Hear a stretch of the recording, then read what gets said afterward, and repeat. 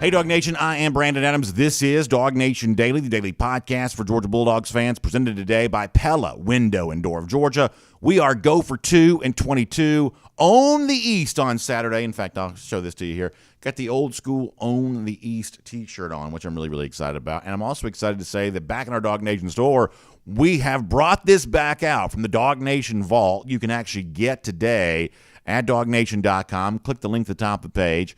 You can get an original design on the Own the East t-shirt. And if you're watching on video, of course, right now everybody's watching on video, but if you're on video, there's a QR code there on your screen. You can click that, get in there, and get the original. This is one of the first DawgNation shirts we ever did many, many years ago. We believed back then that Georgia's mission was not just to win the division, but to own the East each and every year. And I'd say 5 times in the last 6 years. The only time it hasn't occurred in that very odd pandemic year of 2020 when a bunch of weird stuff happened. I'd say Georgia's done a pretty good job of making own the East not just an idea or a mission, but an actual reality. So it's a great time to be a Dog fan today as Georgia wins the SEC East again, goes on the road and gets a big win. In a tough environment with the cowbells ringing, with the cold weather just beating down on you. It was a great win for Georgia. Now, it wasn't a perfect game. We'll get more into that here in a moment. But when you can emerge victorious in the fashion that Georgia did in light of some kind of self-inflicted wounds, I think you kind of see some championship mettle on display from the Dogs. We're going to talk about that here today. We're going to talk about what it means to win this division here again this year. And we're going to kind of get into the landscape around Georgia, because with Georgia doing what it's doing and kind of making a lot of these games seem to be, almost non-entities because of how dominant Georgia is for the most part, you're creating a scenario where there's very little drama at the top of college football right now. That's Georgia and kind of Georgia alone, maybe Michigan, Ohio State just underneath that. But below that, there is all kinds of drama playing out about who's going to make the playoff and how the SEC is shaping up. We know the Dogs' opponent now in the SEC championship, so we'll cover all of that on today's show there as well. And John Stinchcomb, the former UGA All-American, going to stop by. John was a part of the first Georgia team to win the SEC East. He understands the meaning of that division title, that berth in the SEC championship game. And so with that in mind, we'll let him tell us more about that here coming up in just a little bit. We're glad to have you with us as celebrate Georgia own the East one more time and go for 2 and 22. A lot of big football ahead of these Dogs in the days to come, so let's talk about it all right now as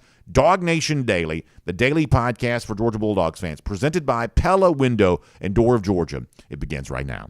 Today's episode of DawgNation Daily is brought to you by Pella Window and Door of Georgia, viewed to be the best. Presented by DawgNation.com. This is DawgNation Daily, the daily podcast for Georgia Bulldogs fans. Here's your host, Brandon Adams. So I wish, sincerely I'm saying this, I wish I could give you all the gift of getting a chance to experience what I got a chance to experience over this weekend. And look, here's just the cold, hard truth in life. Like, money is a factor, right? And I mean, I think a lot of us would love to travel to every single Georgia game and be a part of every single one of those. And financially, it's just really hard to do so. A lot of folks wanted to go to the Georgia-Tennessee game and just couldn't. Tickets were hundreds and hundreds, if not thousands of dollars. That's really expensive. A lot of folks whose preference would be to be in the stadium because of money had to choose not to do that. When you think about the college football playoff that's coming up, Georgia may get lucky and play the game semifinal in Atlanta, but if it does, tickets for that are going to be $8 gazillion. And SEC championship tickets are going to be expensive for that. Maybe traveling out to LA for the national championship, you'd like to be able to do that, and that may be really expensive too. There's just a fact of life that, for a lot of us who are Georgia fans, we don't get the experience of maybe wanting to be as close to this team as we always want to, because it's just, travel, tickets, everything else just kind of gets expensive. But for those Georgia fans who were lucky enough to be in Starkville on Saturday, as cold as it was, I'm telling you, this will, I think, end up being a pretty special memory for a lot of us. Now, I go to the games for work no matter what.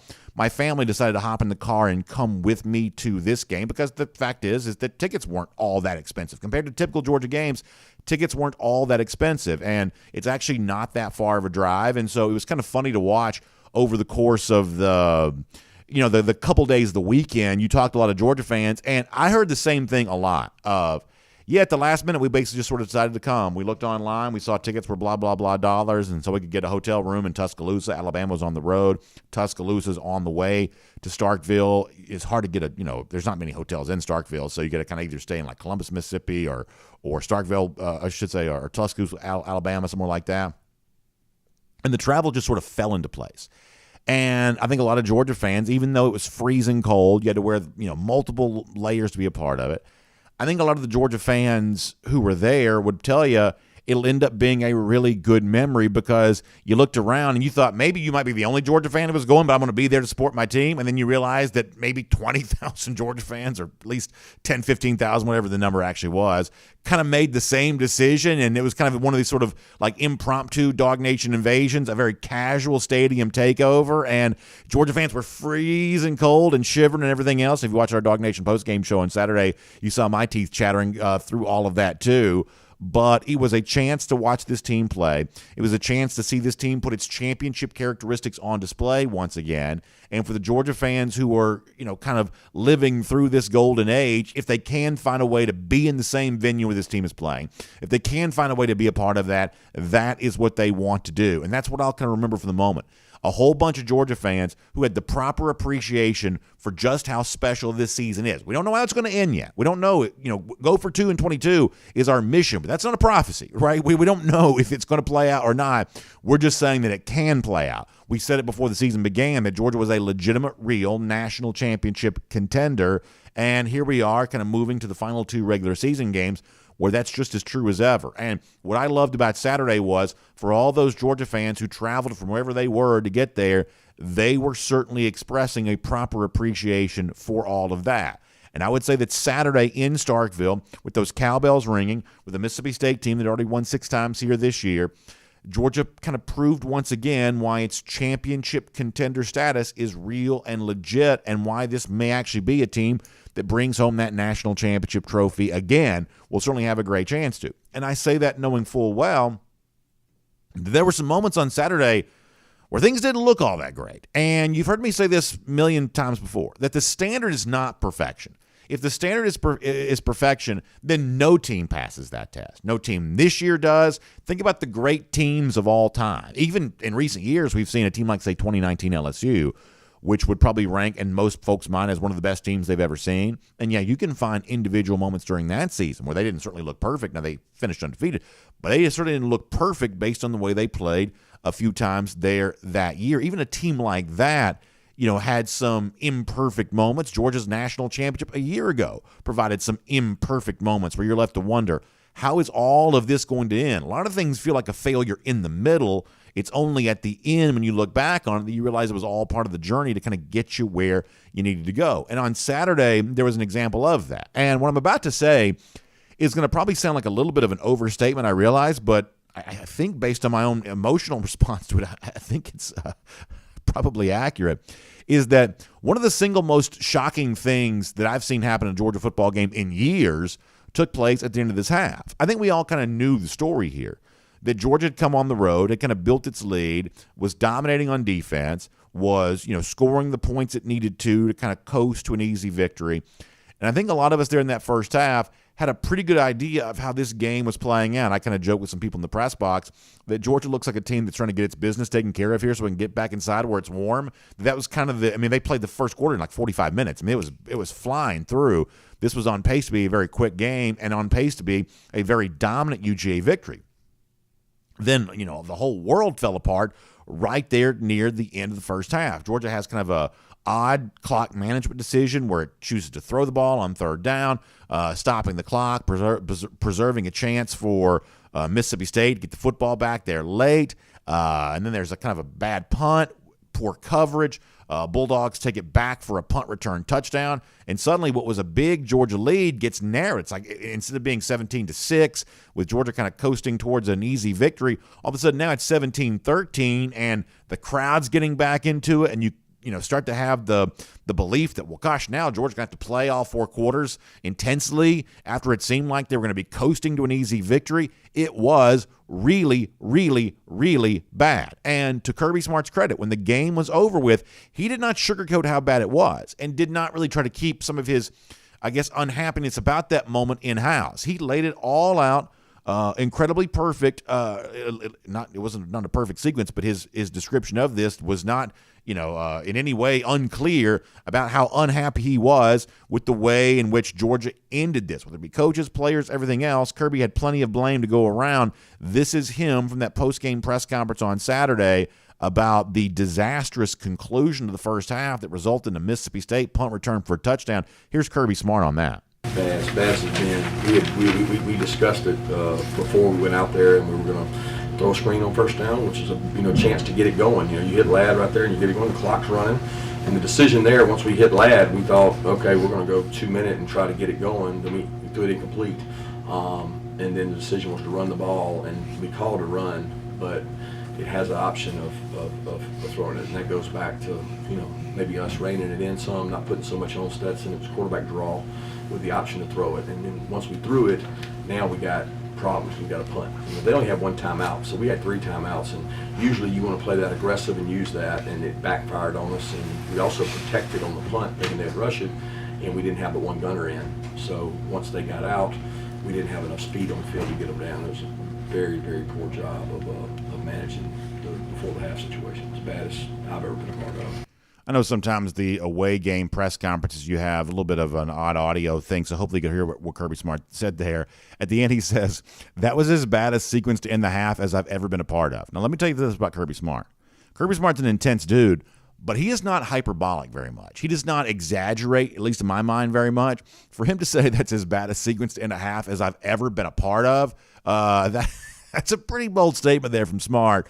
And frankly, I don't think it's necessarily all that much of an exaggeration. I can tell you that, my mouth was like wide open. I could not believe how much things fell apart so quickly where, Georgia seemed to be this sort of odd mood offensively where it was kind of trying to run something, but was also kind of not trying to run something, kind of stuck between, are we trying to run 2 minute here? Are we trying to run clock here? It sort of seemed like Georgia was sort of stuck in between those two things. And obviously, anytime you're kind of two minds, a lot of times, things end up being kind of a problematic issue. And that was certainly an example of that. And then you give it the punt return touchdown. It seemed like Georgia had like 8 guys in the field. Like there was nobody out there, what at least it looked like to cover the punt. The whole thing was just an absolute mess, and Kirby says it was as bad as I've ever seen. And he kind of throws some blame in Stetson Bennett's direction on that, throws some blame on the special teams on that, throws some blame on a lot of things, but saying this was as bad a sequence as I have been a part of. And here's the thing you got to understand, and most of you do.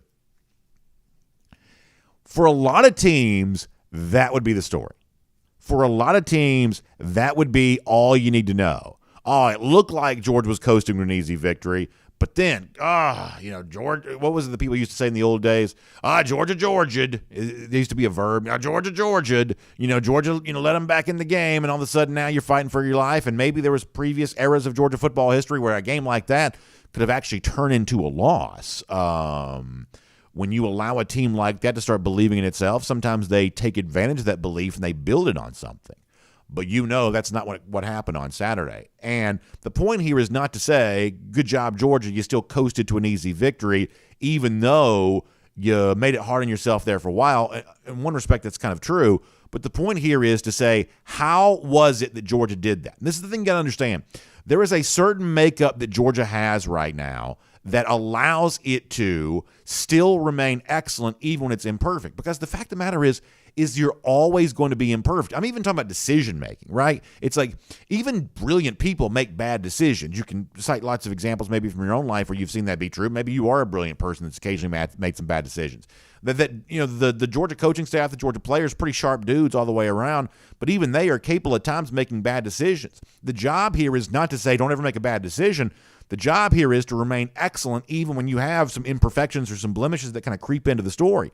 And on Saturday, that was the case. And so it's fair to ask here, it's important to ask here, so what did Georgia do when it made things really hard on itself? Well, it came back out in the second half, and it continued its defensive dominance, but it also dialed up a really clever play. And this is what makes Georgia different now from some of the previous iterations of Georgia. The fact of the matter is, since Kirby Smart has been head coach at Georgia, Georgia's had at least a good defense, at least good on defense. And there are some years where the defense was probably even better than good. But Georgia didn't quite have that complementary offense that was at the same level. And so Georgia might win 10 or 11 games. It might get to the Sugar Bowl. It might be a dangerous opponent in the SEC championship. But it wasn't getting to the college football playoff maybe as much as it could have. Certainly did in 2017, but there were some other years in which this was almost a playoff-level team, but just kind of missed it, just sort of missed it. And in a year like this, you sort of see No, all of a sudden this team now has an offense that rivals the success of its defense. And when you need to kind of build some momentum to begin a third quarter here on the heels of your own unforced error to end the half, you're not just saying, hey, defense, go out there and bow your back. Defense, go out there and be tough. Defense, go out there and bail us out here. No, you can turn to the offense and say, hey, Todd Monken, you have a clever play design here. We could really use something right now. You got anything in that bag of tricks you can pull out? And for a team like Georgia right now, they do have that. And you know what it was. It's the rushing play, set up the end around for Ladd McConkey. He takes it back for a big touchdown, and boom, the route was back on again. And I just think you have to appreciate how it is that Georgia is capable of digging itself out of holes. Even holes that it puts itself in, how does it get itself back out? They're not just asking the defense to do that. They can do that offensively now there as well. And once again, Kirby Smart after the game talked about that on Saturday. Tremendous job offensively to get the ball in the second half. We thought that would define the half. Could we take the crowd out of it? Could we get some momentum back? We had lost momentum there in the first half at the end of it. And tremendous job by Darnell Washington, just elite perimeter blocker. Ladd breaks one tackle. Rose and me, a couple other guys had blocks downfield, and then Ladd outran them. So it was a great play call, great play design. It was a play that we'd put in this week for that look, and it hit. It was an absolutely monstrous game by Ladd McConkey, and you got to give him a ton of credit for that. We'll even have some fun with that with one of our golden shoes before the show is done today. But the entire sequence there that Kirby Smart's describing is sort of a statement about what Georgia's about right now. Darnell Washington is a former 5-star recruit, and obviously it was great to see him get in the end zone on Saturday. Great to see him, be targeting this offense. But the fact that a guy like this, who had so many accolades and obviously has so many NFL aspirations, the fact that he is such a dominant elite level blocker is such a valuable asset for Georgia. There are a lot of teams right now that just don't have the same concept of what it means to sort of be connected and play together the way that Georgia does. And I know that sounds corny, and it sounds like coach speak, and it sounds like things like, sentimental old fools like me probably just sort of get way too much into. But look at your own eye, with your own eyes, folks. It's real. This is happening. This is what Georgia football is all about. A former 5-star like Darnell putting his body on the line to become an extra blocker for Georgia in a play like that, and then Georgia finding a way to get Darnell a touchdown to say, hey, we just appreciate what you're doing for us. We just appreciate the way in which you make this offense go, even on plays in which the crowd's not looking at what you're doing. We know you're doing it great for us. So here's a touchdown as a way of saying thank you, and hopefully there's more of those that are coming here at a certain point. But Georgia kind of made things harder on Saturday than it needed to be, and yet eventually made it look easier than almost any team in the country would be able to do. That's kind of the full story of the Dogs here this year. If you were there, I know how much you appreciate it. If you were there in person shivering through that cold, I think you saw once again why Georgia is on the shortest of short lists for teams that can win this year's national championship. This is a special season here at the moment. I don't know how it ends. Could end in disappointment. Obviously, college football has a way of doing that. But for right now, Georgia's on quite a ride. It was a ride that took them through Starkville, Mississippi on Saturday. Another box checked, and now on to the next one. My name's Brandon Adams, and this is DawgNation Daily, the daily podcast for Georgia Bulldogs fans, presented by Pella, Window and Door of Georgia. We're happy to have you with us no matter how you get to us today, live on video, 10 a.m., Facebook, YouTube, Twitter, Twitch. We start even earlier than that. 9:45 on DawgNation.com, the DawgNation app. We call it our First and 15. We take your comments there each and every day to kind of share your thoughts about UGA and kind of what's going on. Set the stage for the rest of the day that's on its way. So for those of you who tune in on our own platforms there at DawgNation.com, the DawgNation app, we certainly appreciate that. And for those of you listening to the radio, Athens Sports Radio 960 The Ref, or as a podcast, wherever you find them, including the world-famous DawgNation.com, we are happy to have all of you with us for all of this. And a big thanks to our friends at Pella, Window, and Door of Georgia for making it all possible. I love our friends there at Pella. Great folks. Just a terrific business that really provides an important product and service for those of us who are homeowners, that, especially this time of year, because let me tell you something.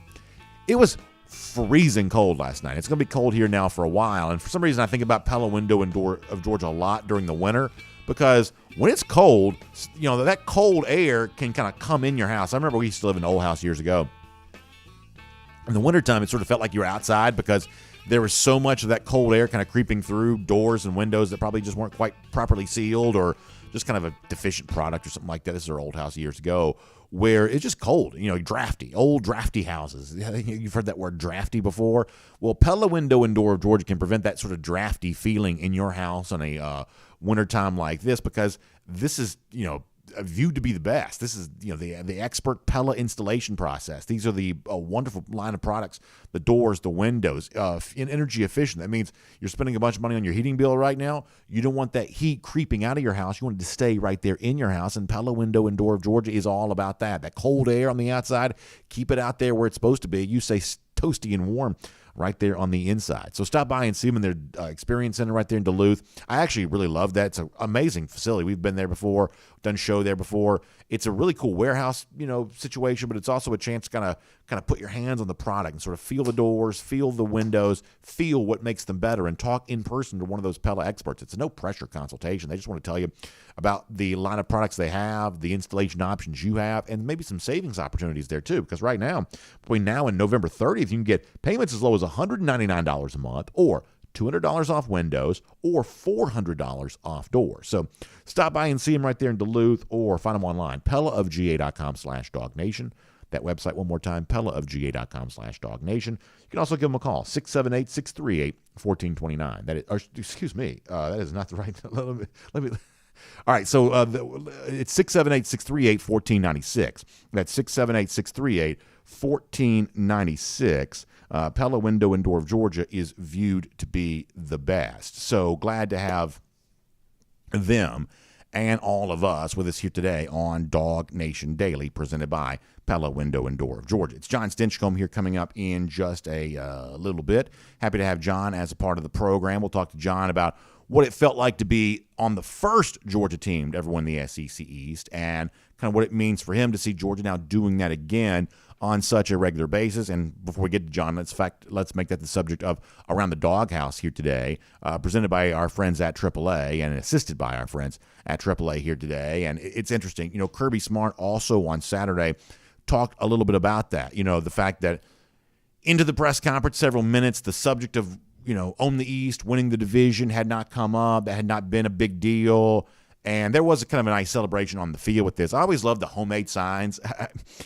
It's like for the national championship, you get a crystal football. For winning the division, you get a homemade sign. But still, there's something really cool and special about that. It makes for a great photo opportunity. It's kind of one of those things where it's like there was a real interesting connection between the fans who were in the stadium on Saturday and the team itself, because, you did have a fan who kind of makes this sign, SEC East champs, and, the Georgia coaches and players, and eventually I think even Kirby's son, kind of walking around holding this thing up. It was just kind of a cool, kind of an old school throwback type day as Georgia wins the division again. This team obviously has so many more aspirations than that, but winning the division, it's kind of a step towards all of that. So let me let you hear Kirby Smart on kind of, I guess, the downplaying of winning the division for a team like this, who's kind of getting a little bit more used to being in Atlanta for the SEC championship. This is Kirby on that point after the game on Saturday. Yeah, we didn't really talk about it in the locker room. I mean, that was not our goal or our intention. That was not what we came over here to do. We came over here to beat Mississippi State, and we're going to go try to beat Kentucky next week. And those are things that come because of it, and we acknowledge that, but it's one step at a time, man. You can't get ahead of yourself in this league. You look across this league, playing on the road is difficult and hard, and this is a tough place to play, and it's really a tough offense to play, because it's for the third week we've had no overlap in our calls.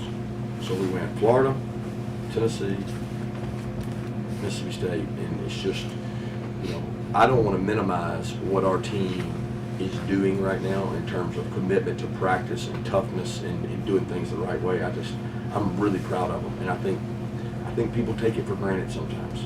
It's hard to do what they've been doing. I could talk for probably 20 minutes on what Kirby Smart said right there. I just think it's so important. Once again, as I said off the top of the program, Kirby, or not a couple of minutes ago I said this, Kirby's not some hyperbolic guy. Like, Kirby's not exaggerating to make a point very much. That's just not what he does. When he says, I am really proud of this team, y'all, you got to take him at his word that he means that. Because if he didn't mean it, he wouldn't say it. You've known him long enough to know that's the case. When he says, I am really proud of this team, he is seeing things on a daily basis that makes him feel that way. And this is the thing that those of you who played on teams or coach teams understand. is that the games themselves are only part of the story. That if you're on a football team, the majority of what you do as a team is not a game. The majority of what you do as a team is getting ready for games. During the week of practice, during the off season, before the start of the season, that's really what the DNA of a team is really about. It's about the time you spend thinking about a game, not the time you spend playing a game. The actual game time is only a small portion of any sport in any season. It's the stuff that you do to get ready for those games that really matters, and that's where the connection component of all this comes together for Georgia. When Kirby Smart says, I'm really proud of this team, I think you have to assume that he really means it. And I think if you're a Georgia fan, you ought to be confident enough in Kirby's ability to know what matters and what doesn't, that Kirby's pride in this team is probably a pretty good sign for where they can go from here. And then the other thing, I just don't think you can discount any of this. As he says, this is not as easy as Georgia makes it look. Now, that's not quite the way in which he said it, but it is the truth. Going on the road and winning at a place like Mississippi State by 20 whatever points, that is just not easy. Georgia makes it look easy, but in actuality, it's really, really hard. And, to be in a position where, Georgia is kind of on the heels of winning a national championship, undefeated after 10 regular season games, with a ticket already punched to Atlanta for the SEC championship, and a very realistic chance. We say go for 2 and 22 around here. We obviously like that, but that's more about a mission statement. That's not a prophecy. That's not a guarantee for what can happen. That's simply an indication of what could happen if this Georgia team continues to fire on all cylinders the way that it is right now. And Kirby Smart, in his words right there, it's obvious that he has such a great appreciation for that. I'm kind of old school. I remember a time in which Georgia dreamed of winning the East for the first time, so you better believe that every time Georgia wins that division, I am additionally grateful for the state of this program now compared to the way that things were back when the SEC championship was first introduced and Georgia just wasn't punching its ticket to be in this game. Well, now it's doing it almost every single year. I love the way in which history is going to change in Georgia's favor. But beyond that, I also like the fact that as Georgia moves towards the postseason, it does so with the best resume of anybody. There is nobody right now who has a stronger claim to being the best team in the country than Georgia currently does. And there is no one best positioned to prove in the postseason that it is truly the best team in the country than what Georgia is. And winning the division, guaranteeing a spot in the SEC championship, solidifying a playoff resume is obviously a very big part of all of that. So that is Around the Doghouse. It's presented today by our friends at AAA. And, of course, when I'm traveling, as I was this weekend, high school football on Friday in the Atlanta area, getting up early on Saturday morning, driving through Alabama, getting to Starkville, then coming back yesterday. On things like that, I'm always happy to have that AAA roadside assistance with me, that card in my pocket that lets me know that everything is taken care of if something goes wrong. And I'm also grateful to tell you about the fact that AAA can do a lot more for you than that. They can also be a great resource when it comes to your insurance needs. Sometimes we talk about the auto insurance, but I want you to think about home insurance with our friends at AAA there as well, because when it comes to AAA and your opportunity to get your home insurance through AAA, you can get claim forgiveness. This is a really cool feature that comes your way when you get your home insurance through AAA, which means your first claim can be forgiven if you're insured in claim 3 through AAA for 5 years. So, hey, if things, are going the way they're supposed to there at your home, AAA wants to say thank you for just taking good care of your home and all that kind of stuff with that claim forgiveness opportunity with our friends at AAA. It's just one of the ways in which they're offering great savings opportunity for you. So you can find out all the great benefits that come your way from AAA by going to AAA.com/home insurance. That's AAA.com/home insurance. Or give them a call, 833-718-2075. That's 833-718-2075 to find a branch near you. All right, good to have all of you with us today. Before we're done, there is a lot to get into as far as other SEC teams, other playoff contenders. What's going on underneath Georgia in the race for the college football playoff is actually really interesting right now. And so we'll do our part to talk about that as Georgia stands above it, above all the fray, looking down on it. We'll talk about all that here coming up. But first, on everything from Georgia winning against Mississippi State, own the East here again, and all that's associated with that. Let's talk to our buddy John Stinchcomb right now here on DawgNation Daily, presented by Pella Window and Door of Georgia.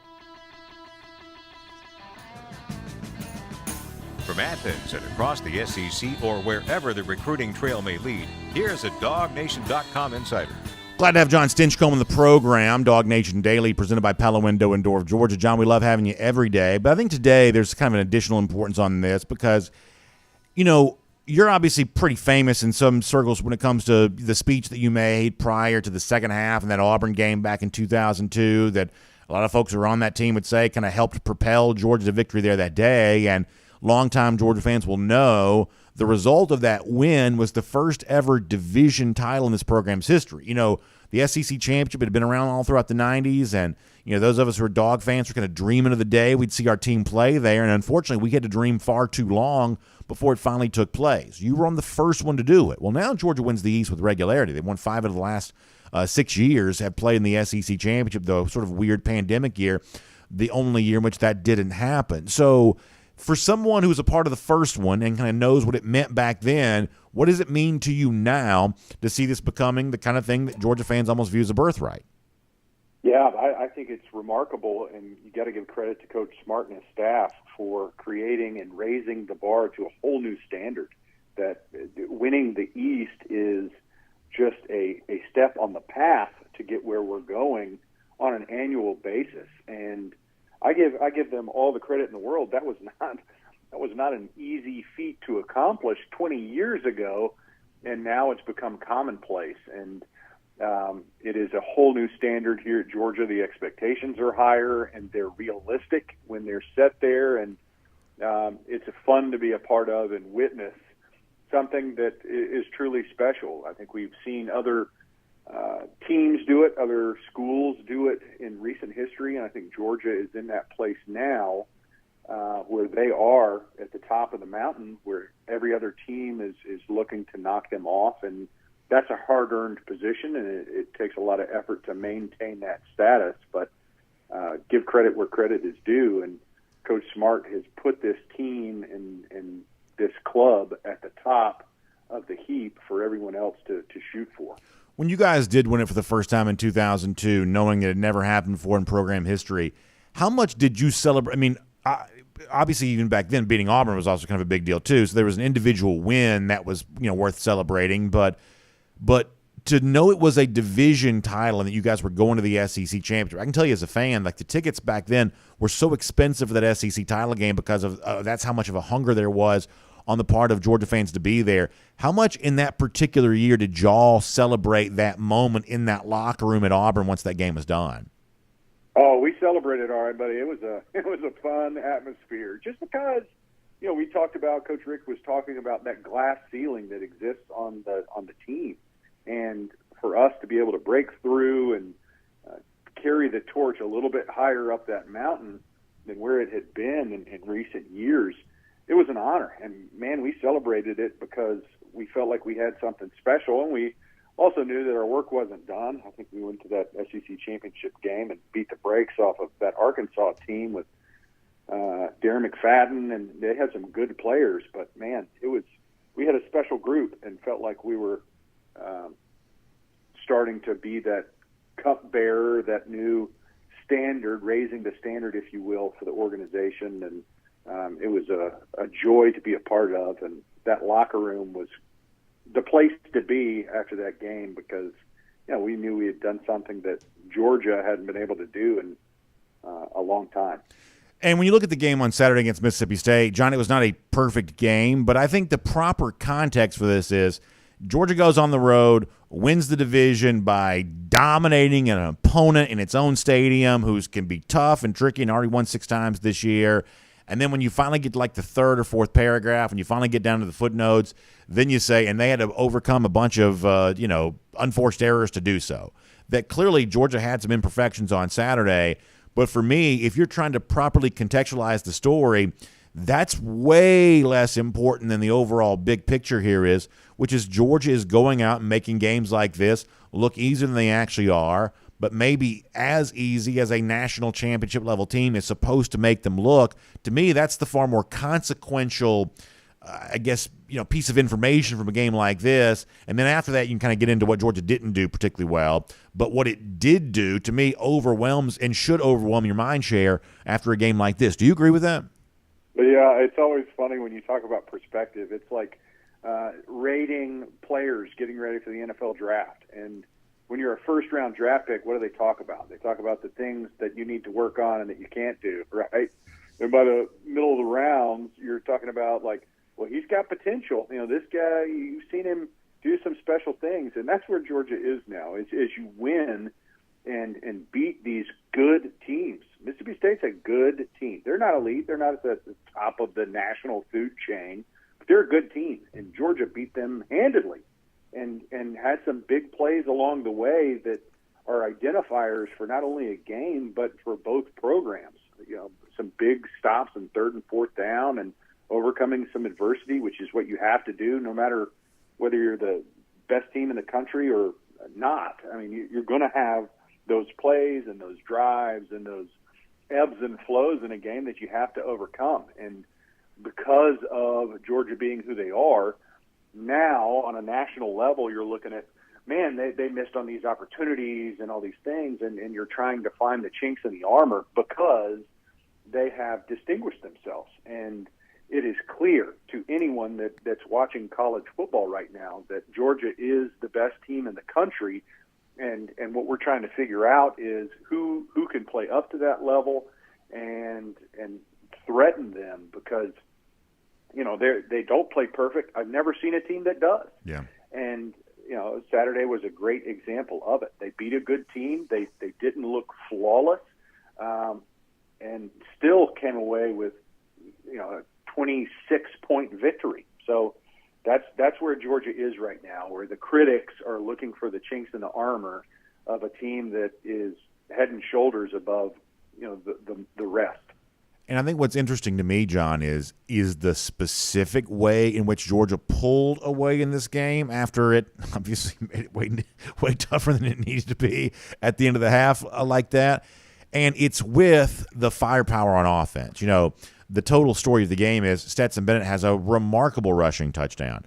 You game plan Brock Bowers wide open. You game plan Darnell Washington wide open. You turn Ladd McConkey loose in a huge way, especially for the big rushing touchdown at the beginning of the second half.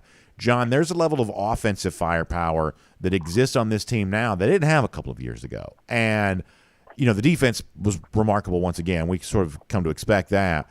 But when you lean on your offense, when you turn to that group, hey, we need to get the momentum back here. Can y'all go out there and dial something up? And the answer is yes, we can. That to me just speaks to what Georgia is capable of doing now. It's not just out there trying to make sure it doesn't give up too much defensively. It's also out there saying we can swing for the fences offensively and we can create margin that way too. And I just love this era of Georgia football because it's really both sides of the ball who are proving to be capable here.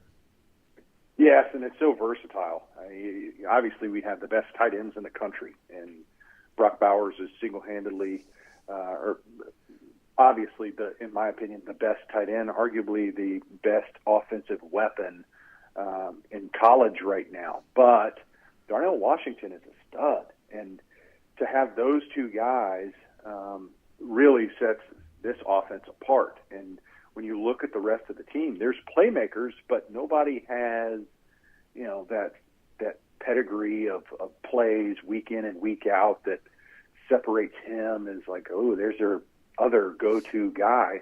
And I say that as a compliment to this offense because the way it operates, any one of those players is a playmaker at any given moment. And with the diversity in plays that are being called and the formations and the personnel groupings, I think that only raises the bar for a defense that is facing Georgia because Stetson is, it's amazing to me, if I'm going to be honest with you, B.A., that folks are still critical of him because, is he perfect? No, but man, he gives our players a chance with his aggressive nature in throwing it and has proven week in and week out that his running ability is still underrated. I marvel at that fact. I mean, the guy is a threat when he's running the ball, and with the other players around him, this offense, which, we came into the season thinking they would have to carry a lot more of the water, which is a compliment to this defense because as they've replaced players, what drop-off do you see? Even in this game against Mississippi State, punt return for a touchdown, and then Mississippi State gets a short field where they come away with another touchdown. Other than that, this defense is playing lights out. So again, speaks to the complementary level of football, the high level of execution on both sides of the ball, and just something that elite teams have, and Georgia is proving that week in and week out. So just to be honest, and everything you say is 100% true, but we did also talk about this before you joined us. That sequence in the half was horrendous. Kirby said it was the worst he's ever been a part of, which is a football career that now lasts a very long time. And, John, I know you're all about playing the game the right way. I'm just telling you, like, my mouth was wide open in the press box. I could not believe how badly things went for Georgia very, very quickly, and how all of a sudden now is this going to be a 4-quarter game? Like, what is Georgia doing? So, like, I mean, I don't mind telling you, that moment into the half, I was shocked at how bad that got, how quickly it got so bad, and all of a sudden it got like 20 degrees colder too, because when you're coasting an easy win, the cold's not so bad anymore because you feel like you're going to get out of there pretty quick. But when it goes as bad as it did right there, all of a sudden now I'm shivering even more, because now you realize you have to dig in and play for the next 30 minutes. That was a disastrous conclusion to the first half. No way to sugarcoat that. Oh, yeah, it couldn't have gone worse. And I think, I mean, when you mismanage the clock like it was, and you put yourself up against the wall, and you have a game in hand the way Georgia did, and you find a way to screw it up, which is what Georgia did, right? I mean, they found a way to make this a problem. How you respond to that, I think, is what defines teams. They're going to screw up at times, and that was an epic failure in management at the end of the half. You just look at it and you go, how do you let this happen? But the way Georgia responded, I think that's what defines champions. That, yep, you shouldn't screw up like that, but you did, and now what are you going to do about it? And the way Georgia came out in that second half and suffocated Mississippi State from a defensive side of things, and were able to put up points, I think that's really where the story is, you know, can you learn from that last minute and a half of the second quarter moving forward? You better believe it. And we better cover punts a heck of a lot better, and not kick them short and low and in the middle of the field to a playmaker and then not cover well. Yeah, we can clean that up. But I was very impressed with the response. There's a lot of teams that, you know, all of a sudden adversity happens and they're not able to respond well. And Georgia did exactly what they needed to, coming off a pretty horrendous series of events. So very quickly here before I let you go, and something tells me we'll talk about this 9,000 times, you know, before it takes place, but early thought from you on LSU being the team that Georgia will now face in the SEC championship. Yeah, who would have thought that in week 3, right? When you look at the early season, I think most folks had written off the Bayou Bengals as not a potential threat, but you know, they've got some playmakers and they're playing with confidence. Do I think they're at the level of Georgia? Absolutely not. I mean, they've got some good players and they've got some momentum, but that's why you play the game. I think there's a couple other teams that had come in that probably on paper would be more threatening, Tennessee being one of them. And I'll also throw this out there. I don't have any ill feelings of not having to face Alabama, even knowing that this is a down year from them and they don't look the same. I tell you what, when you've got Bryce Young and Nick Saban across from you, it can't give you warm and fuzzy feelings on the inside. So I'm grateful that it's a change of face representing the West, and I think it's going to be a really good matchup for Georgia. But you know, this is why you play the game, because a confident team that does have talent can be a very dangerous one. John, great stuff. Thank you for being here on our DawgNation Daily presented by Pella Window and Door of Georgia today. We'll obviously look forward to talking to you a lot in the days to come. It is quite a postseason setting up here for UGA. A couple more regular season games before we get there, but a lot of fun days ahead, and we'll look forward to talking to you about all of them right here on our program. Always a good time to be a Dog, especially when we own the East one more year. I like it, John. Good stuff. I like it, John. Appreciate that.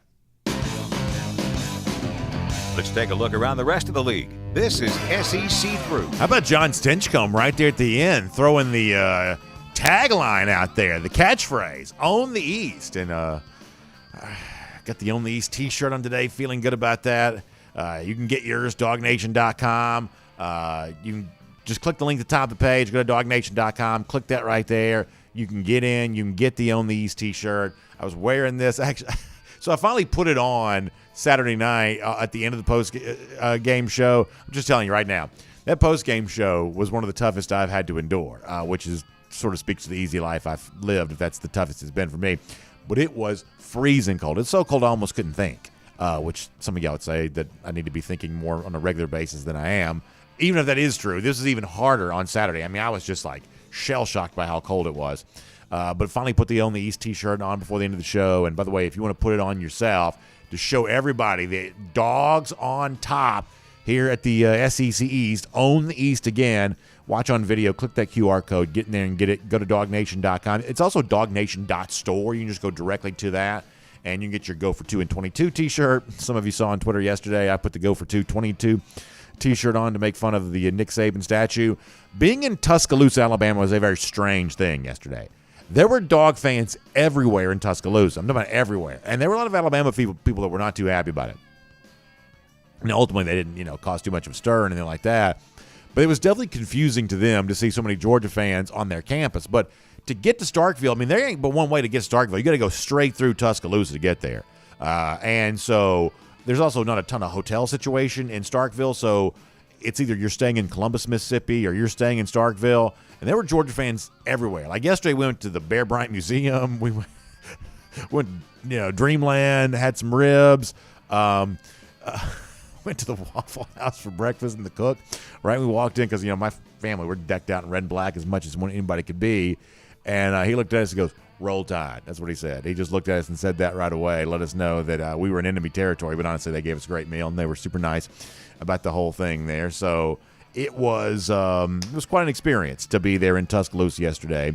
But Own the East t-shirt was on full display. The Go for 2 and 22 t-shirt was worn in Tuscaloosa, so we feel pretty good about all this right now. In fact, let's also get ready to start talking about the rest of the SEC story here as we're cruising around the SEC courtesy of Royal Caribbean. And something else we're getting really excited about, being on a Royal Caribbean cruise ship, because I got to tell you, this time of year makes me remind myself of how much I do not like winter, how much I do not like cold weather. I'm just not built for this. I'm not. I'm built for the Caribbean. I'm built for the Bahamas. I'm built for, independence of the seas. That's what I'm made for. I want to be working on my tan, not trying to find out how many layers I can put on. I'm just way more into that coastal vibe here. I'm way more into that Caribbean vibe, and the Royal Caribbean cruise ship gives me a chance to enjoy that. Going to be on Wonder of the Seas coming up. I'm really looking forward to that. In fact, I'm going to be on Wonder of the Seas a couple of times here coming up. But I'm also looking forward to being with all of you on board Independence of the Seas coming up in April 24th to the 28th for our second ever cruise with DawgNation.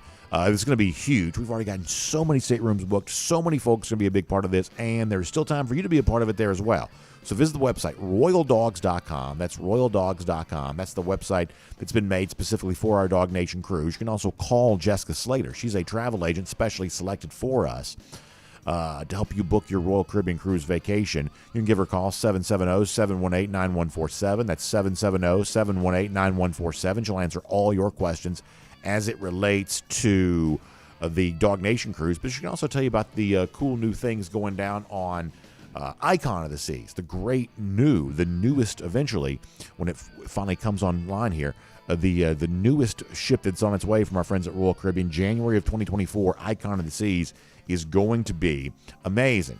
All right, so let's kind of get into this and go cruise around the SEC courtesy of Royal Caribbean here for a moment. And let's start with LSU punching its ticket for the SEC championship by winning on Saturday against Arkansas. You saw our producer Michael Carvel a moment ago put on the screen a tweet from Brian Kelly celebrating linebacker Harold Perkins for his performance against Arkansas. How about 8 total tackles, 4 sacks, 2 forced fumbles in this game against Arkansas on Saturday for the former 5-star linebacker. And what's amazing here is, so for all of the recruiting wins that Texas A&M had, and in their class of 2022, it seems like they just won every recruiting battle, every which way, and you kind of know how it all went down. The allegations, obviously, NIL being the fundamental driving force behind all of that.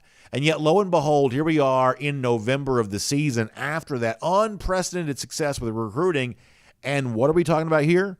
We're talking about a recruiting battle that A&M lost for Perkins. This is one in which it seemed like for a while Perkins was going to Texas A&M. LSU finally steps up, wins that battle, and all of a sudden now it kind of shines even more light on the failure at A&M, that for all the recruiting battles they did win, the one that got away ends up being one of the most consequential freshmen in all of the SEC. So credit to LSU for winning this, but another example of how things are so bad at Texas A&M. For every 5-star they did sign, the one they didn't sign is right now the only one anyone is talking about. And as far as a couple other thoughts about the Georgia-LSU matchup in the SEC championship, while Georgia's obviously going to be a huge favorite here, I've seen it as high as 15, 16, 17 points, depending on where you're looking in terms of early look-ahead or projected lines is maybe the best way to say that, because I'm not quite so sure you can bet on this game right now. But projected lines for what Georgia-LSU would be, you're seeing it in excess of 2 touchdowns. I am reminded of this, is that when Georgia played Notre Dame in 2019, that was also a big 2+ touchdown spread, and the game was in Athens.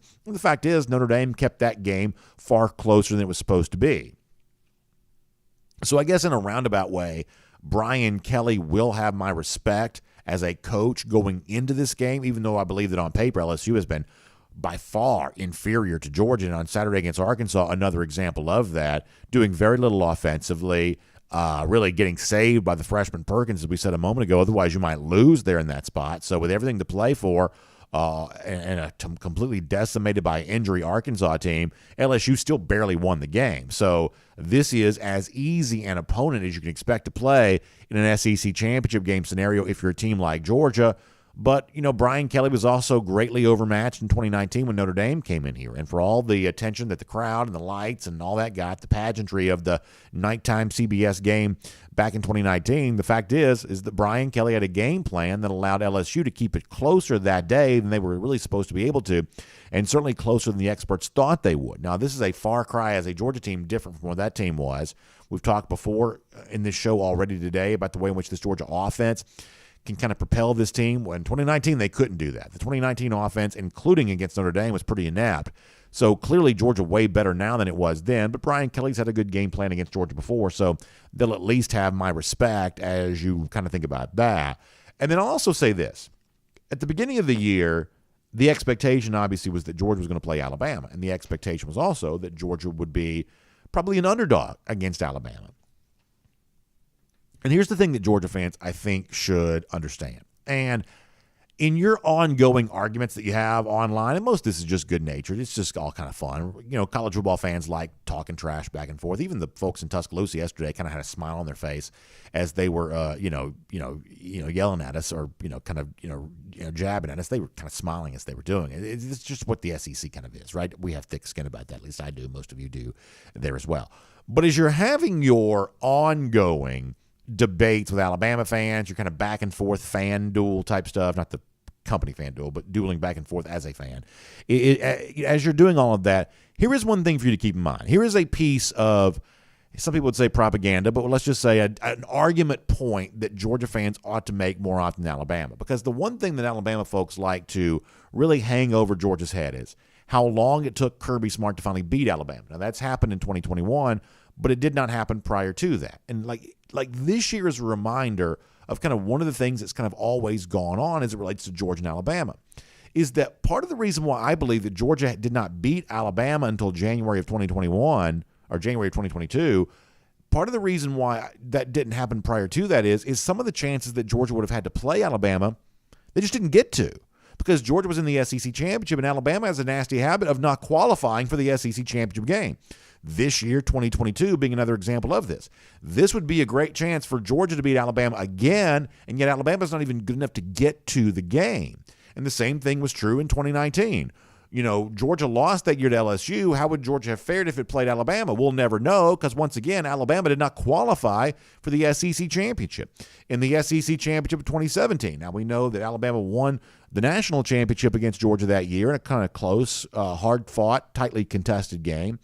But could Georgia have maybe beaten Alabama in the SEC championship? We'll never know, because once again, 2017 was an example of Alabama not making the game. Georgia's there and ready to play them, and there and ready to get that signature win against Nick Saban. But lo and behold, 3 times in the last 6 years, Alabama has not been good enough to play in a game that Georgia qualified for. So in the ongoing discussion of how Kirby compares to Alabama, which now is kind of rendered moot because Alabama's kind of disappeared from the national landscape, but in the ongoing discussion about all of this, important to note that some of the chances that Georgia would have had to kind of even the score with Alabama and get some more wins against the Crimson Tide, take Nick Saban down a peg, they just simply weren't able to do that because Alabama did not qualify for the game. In the same span of time that Georgia's won its division 5 times in 6 years, Bama's only won its division half the time. So an interesting thing to consider here in the ongoing discussion of how, Georgia compares to Alabama. Now, by the way, the playoff predictor thing that ESPN has still gives Alabama a 15% chance of making the playoff. Somebody's going to have to sit me down and explain how that all works. I'm not quite so sure about that. But apparently it's sponsored. It's probably just made up. But nonetheless, they do still give Alabama a 15% chance of making the playoff. So not quite sure about that. And by the way, speaking of Alabama, they do beat Ole Miss on Saturday. This was not a thing of beauty. This is just not the same Alabama team. Ole Miss for a while looked like they might actually win the game. It seems like when it was all said and done, the fact they didn't, actually Lane Kiffin was pretty despondent about that. Even kind of made a big deal in the press conference about he didn't care about his stats, the fact that he had some good rushing totals and things like that. They wanted to win the game. I'm sure Lane Kiffin was using this as a resume booster for whatever job he wants next. Maybe it's the Auburn job, whatever else. But they didn't win. But Alabama, and even being in this kind of hard-fought game, I'm just telling you right now, this is not the same old Alabama. It's just not. And, a lot of folks keep thinking it's supposed to come back. And there's this thing of, like Lane Kiffin talks about the goat fuel. Y'all are giving Nick Saban goat fuel. Everybody's doubting Alabama. Like, we need to stop treating Nick Saban like he's Emperor Palpatine from Star Wars. In Return of the Jedi, Palpatine says, if you strike me down, I'm only going to become more powerful than ever. And that keeps being the sort of same thing that people keep assuming about Alabama. Oh, if you doubt them, now you made them mad. Oh, if you do this, now you made them mad. Y'all, this idea that Alabama is fueled by folks' doubt of them and fueled by folks' criticism of them, and now they're going to prove everybody wrong. Like, how many times does that have to be predicted before you just sort of realize that's just not what Alabama is anymore? Now, they may win a national championship in the future under Nick Saban. He may stick around. They may do it. I'm not saying they're going to completely evaporate. But as I told you a few weeks ago, the Alabama era is obviously over. The era in which they're the unquestioned best at everything, that's not true certainly across the board in college football. It's also no longer true in the SEC in general. Are they a contender? Yes. Will they be a preseason top 5 team next year? Almost certainly, probably so. Is this a team that you have to be living in fear of because, goat fuel, rat poison, whatever else? Y'all, they've been doubted now 3 or 4 times this season, and everybody who's doubted them has proven to be right. Once again, they failed to cover a point spread on the road. They just don't leave Tuscaloosa and go dominate anymore. They just don't. And I don't know what that means for their future, but in the present tense, Alabama is a good but not great team, and certainly not a playoff level team here this year. It was supposed to be. They had it all lined up for them. They had the best player in the country on offense, best player in the country on defense. And yet they're ultimately going to lose this division this year to a first-year coach in Brian Kelly, to a team that lost out of conference to begin the season. This is a disastrous year for Alabama. It should be called that. And doesn't mean the future is going to be disastrous, but in the present tense, Alabama is not an excellent football team. It's just not. And the game against Ole Miss, despite being a win, I think is more proof of that.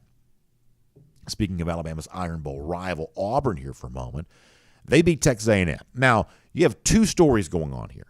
On the one side of this, you have obviously another emotional performance for interim Auburn coach Cadillac Williams, who had this team playing better than it was probably supposed to 2 weeks ago against Mississippi State, and actually comes out and earns the win against A&M on Saturday. And there's a lot of folks in Auburn kind of talking about what this means to seeing Cadillac play as well as have the team playing as well as it is. But I think the real story, though, here is on the A&M side. This has already been an awful year for Texas A&M. And when you're a coach who's making like $100 million, whatever it is that Jimbo Fisher's making, you can't lose a game like this to an interim coach. You just can't. I mean, at a certain point, you have to draw a line in the sand and say, we may be bad, but we're not going to be this bad. But yet there seems to be a new depth to the awfulness for A&M with each passing week. And yes, I know, for those of you who are like regular viewers to the show, regular listeners to the show, especially for those of you who kind of stick around for our RS Andrews Cool Down at the end of the show where we kind of talk about this kind of stuff, I've obviously touted Jimbo Fisher a lot. I was of the belief that Jimbo Fisher was probably going to build a pretty big winner at Texas A&M. My belief on this was based on the fact that In his past, he had a lot of first-round quarterbacks that he had tutored.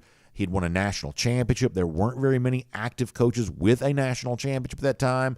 That hiring Jimbo was probably a very big deal for Texas A&M. Getting him away from Florida State, I thought, was a very big deal. There would have been plenty of Florida State fans who said, you know what, we're not that sad to see him go. He had kind of worn out his welcome there in Tallahassee.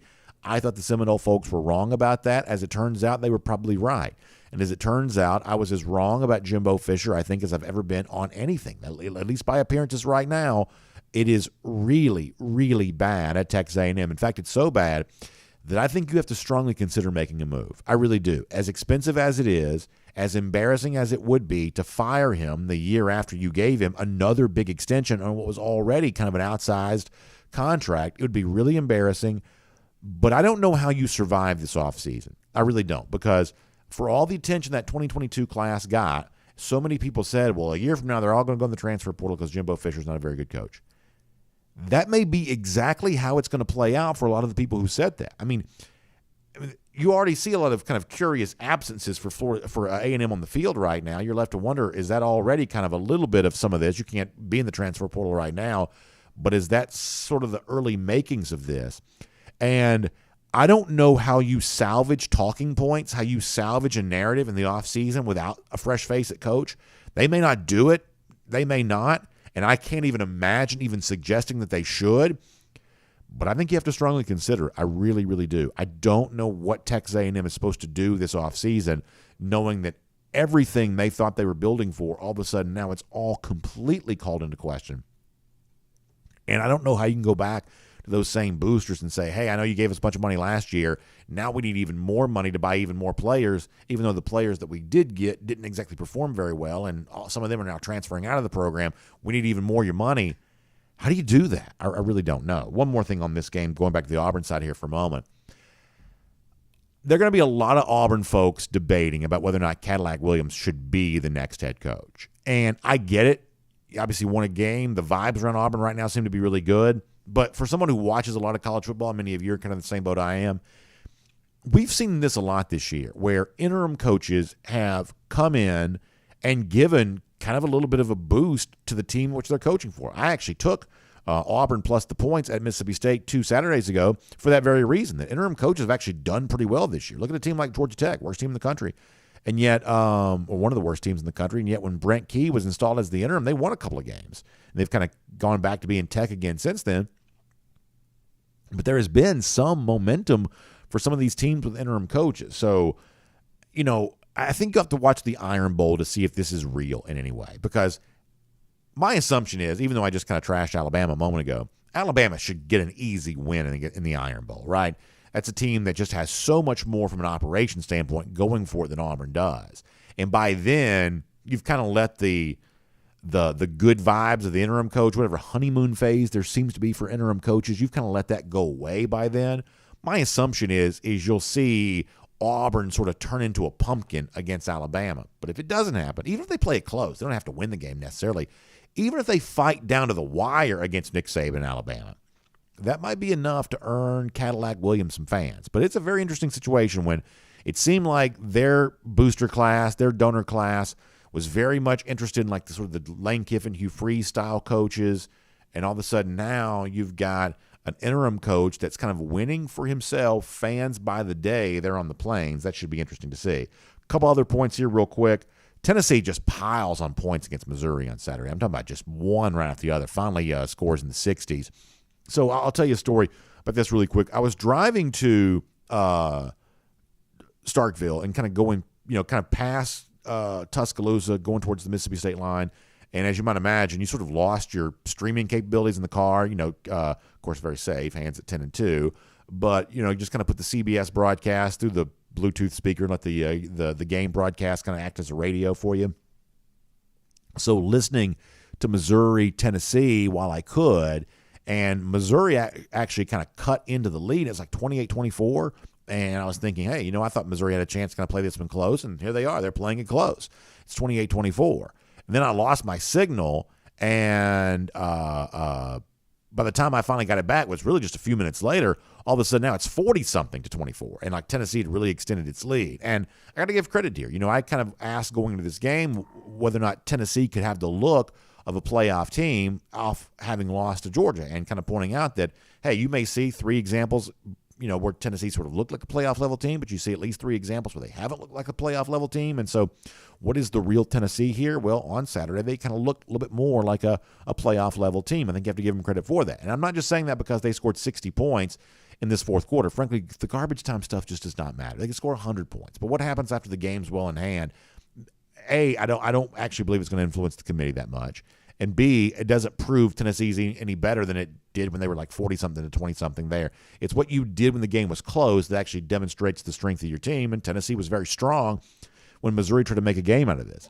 There's also some discussion here right now about the possibility that Tennessee may have had some extra motivation against Missouri. There's some audio that's been shared. I don't have this to play for you, but it has been shared of Eli Drinkwitz, the Missouri coach, on the Jim Rome radio show back in the summer, and Drinkwitz making a big show out of like NCAA stuff against Tennessee and how he was going to get a loss that he had to Tennessee, get it back because Tennessee was going to have to vacate some wins, and was just really kind of trying to be funny and joking around. And I guess there is some chatter coming out of Knoxville that maybe Josh Heupel felt not only the motivation to want to kind of try to impress the playoff selection committee, but also kind of wanted to get back at some of the things that Eli Drinkwitz had said in the past. I don't know if that's real or not, but there has been at least some chatter about that. So I'm sure there'll be plenty more aftermath of this to come. But I will also say this very quickly about Tennessee. Their biggest problem is going to be, even though Oregon loses on Saturday, the truth is you got like a USC or a UCLA team that's still very much alive for the playoff discussion. So a Pac-12, one-loss conference champion could still occupy a playoff spot. And then maybe more prominently than that, much to the surprise of many, TCU goes on the road and beats Texas on Saturday. Now, it's still going to be kind of a challenging, stretch for TCU to end the season. They got Baylor on Saturday. Baylor got, beaten up pretty good this past weekend, but that's still not an easy game necessarily. Kind of waiting to find out who the Big 12 title game opponent for TCU is going to be. But TCU is still undefeated, and a lot of folks thought they wouldn't be, myself included, after this past Saturday. So TCU's in the top 4 right now and still winning. That's a big problem for Tennessee if it wants to be a second SEC team in the college football playoff. The rest of the country not exactly cooperating there right now. And then finally, quickly, Vanderbilt gets the first ever SEC win for the Clark Lee era, beating Kentucky. This is an awful performance of the Wildcats. I've said all year long I did not think Kentucky was very good, and this has been kind of proven here once again. And then, by the way, speaking of not being very good, a game that really flew under the radar and you probably didn't even really notice, South Carolina played terrible at Florida. Terrible at Florida. They're kind of off the headlines, kind of out of the main storylines right now. Florida kind of is there too. So this is a game on Saturday that you probably didn't have much reason to pay attention to whatsoever. But, South Carolina has tried to show you some signs of life here and there. Obviously getting the win against Texas A&M of the day was sort of an example of that. But, they just laid down and died at Florida on Saturday. This is a very, very shockingly bad performance by the Gamecocks. So at least wanted to mention that a lot of South Carolina fans a little bit restless here right now. I like Shane Beamer as a coach a lot, but there were a lot of Gamecock fans that were not happy with them being competitive at all in this game on Saturday. We'll make that cruising around the SEC courtesy of Royal Caribbean. And by the way, before we let you go here today, a couple of things I want to make you aware of. Really, really exciting to think about. Cold weather now, but spring being here before you know it, and obviously the return of Major League Baseball season there at that point in time. Well, guess what? This is also a great time right now to go ahead and start thinking about getting some tickets for Braves games for the upcoming year there too. Great time to start getting some single game tickets and be a part of the upcoming 2023 regular season right there at Truist Park. They are on sale now, and it's kind of fun for the upcoming year. There's going to be kind of a new balanced schedule in place. So you're actually going to see every team kind of coming through Truist Park, which is kind of a cool thing. Here in Atlanta, we got a lot of folks who kind of either live other places, or you think about some of the great players, like Shohei Ohtani or Mike Trout, guys like that you don't get to see very much. Well, you're going to start seeing those guys kind of coming through Truist Park a lot more in the future. And the home schedule here in 2023 for the Braves certainly reflects that. How about the fact that the Red Sox, the White Sox, the Yankees, the Angels, the Dodgers, all those teams coming through Truist Park here this year? I think that's great. And There's also a really, really fun, look at some of the great giveaways the Braves will be doing. They're always so good at that. How about some of the hometown bobblehead series stuff presented by Coca-Cola? Going to have Matt Olson representing Georgia, Kyle Wright from Alabama, Austin Riley representing Mississippi. So a lot of states around Braves country are going to be represented on those bobbleheads. That's a really fun thing. And all kinds of other great giveaway stuff there as well. So you can find out more about this by going to Braves.com/tickets. That's Braves.com/tickets for all the giveaway nights, the bobbleheads, the A-chains, all that kind of stuff for all of the big-time teams. We're going to be rolling into Truist Park. That's going to be a lot of fun, too. It's Braves.com/tickets. That's the website, Braves.com/tickets. Atlanta Braves baseball for the A. Also, speaking of big tickets and big events, of course, the big SEC championship is coming here to Atlanta in a couple of weeks. And as you're sort of thinking about where you might want to be from a hotel standpoint for that, I want you to keep our friends in Dunwoody in mind. Dunwoody is a very, very convenient place to get to downtown Atlanta when you're thinking about being there for the SEC championship. There's more than 2,000 rooms here in this Dunwoody area, which is actually kind of right here where we do our show from each and every day. 9 different hotels, all kinds of great options. Plus, here's what I can tell you. You stay in one of these hotels here in this Dunwoody area, you can hop right on the Dunwoody MARTA station or the Sandy Springs MARTA station, and it's all right there, very convenient for you. You can hop right on the MARTA and go straight to Mercedes-Benz Stadium, which is great. Plus, there's tons of restaurants around here, 200 different restaurants, whether it be high-end steakhouses or great food around Perimeter Mall, all that area. It's a really wonderful area to be at if you're thinking about the SEC championship right here around the Dunwoody area. Tons of great shopping there, too, so kind of make it one of those combined sort of game day, Christmas shopping type weekend experiences. Enjoy some good restaurants, have easy travel back and forth to downtown Atlanta. You can get all of that when you use the area here around Dunwoody as your kind of home-based location for the SEC championships. So let me give you a website to go to. Go to discoverdunwoody.com/DawgNation. That's discoverdunwoody.com/DawgNation. Now, eventually, these rooms are going to all be booked up. People are going to be sort of getting locked in on all of this. So I want to get you thinking about that, your travel plan for the SEC championship. Dunwoody, a great home base for you for dining and shopping, and obviously easy access to Mercedes-Benz Stadium. So discoverdunwoody.com/DawgNation for a lot more on that. We'll see you in Atlanta for the SEC championship here coming up. And, of course, in the next couple of days here, as you might imagine, DawgNation have big announcements as it relates to the big game coming up in Atlanta. I cannot wait to tell you about all that. We got some really big stuff as the mission to go for 2 in 22 continues here with that next big stop on that being in Atlanta for the SEC championship. Of course, before that, a couple of big regular season games to conclude all this with. So we'll keep our attention on that, but we'll get you ready for the SEC championship here coming up. And by the way, ticket punch for Atlanta, Own the East. That's what Georgia did on Saturday, and you can celebrate that with your Own the East t-shirt, DawgNation.com. Click the link, and you can get one of the original t-shirts we had here around DawgNation, the Own the East t-shirt. You can get that. And by the way, in celebration of all that, let's give out some golden shoes today there as well. How about this from our buddy Mike the Mad Dog, who shows you Ladd McConkey holding on to Mike Leach. Leach looks like a baby. And Mike says, the face you make when you don't like your new daddy. Hashtag go for 2 in 22. A very unhappy Mike Leach with Ladd McConkey as the daddy, and on Saturday that was certainly the case. Of course, Trisha Ann giving Mike some credit for that, saying that looks like a golden shoe winner for me. We love Trisha Ann, so we're glad to have her shouting out the golden shoe. So we'll honor her there as well.